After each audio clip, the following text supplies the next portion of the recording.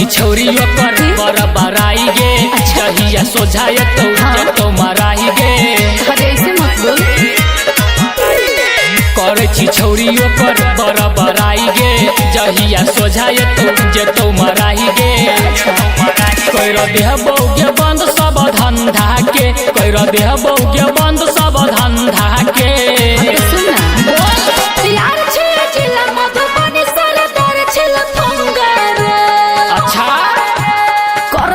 प्यार होते यार से भतार दर भंगा के करे छे रे प्यार होते यार से भतार दर भंगा के सच्चे की गे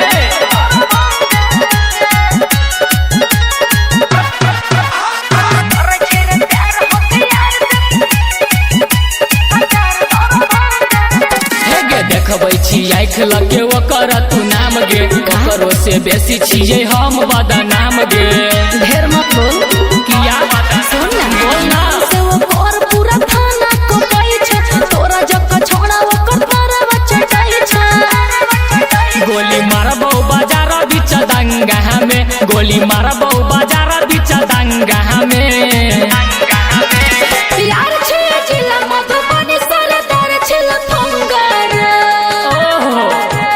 करे छे रे प्यार होते यार से भतार दर भंगा के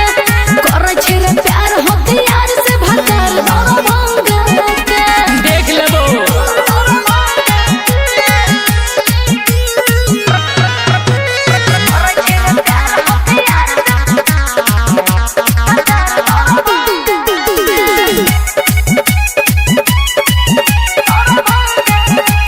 हे गे पूरा खबर तोरा लभर के रखै छी संजय सुभाष के दम पौरै छी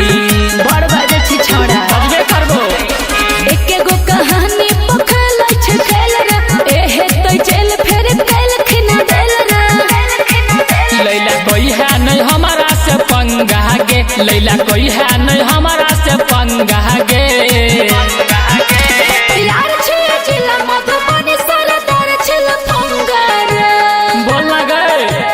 करे छे रे प्यार होते यार से भतार दर भंगा के करे छे रे प्यार होते यार से भतार दर भंगा के हाँ तो हमरा से बच्चे के कहीं है रही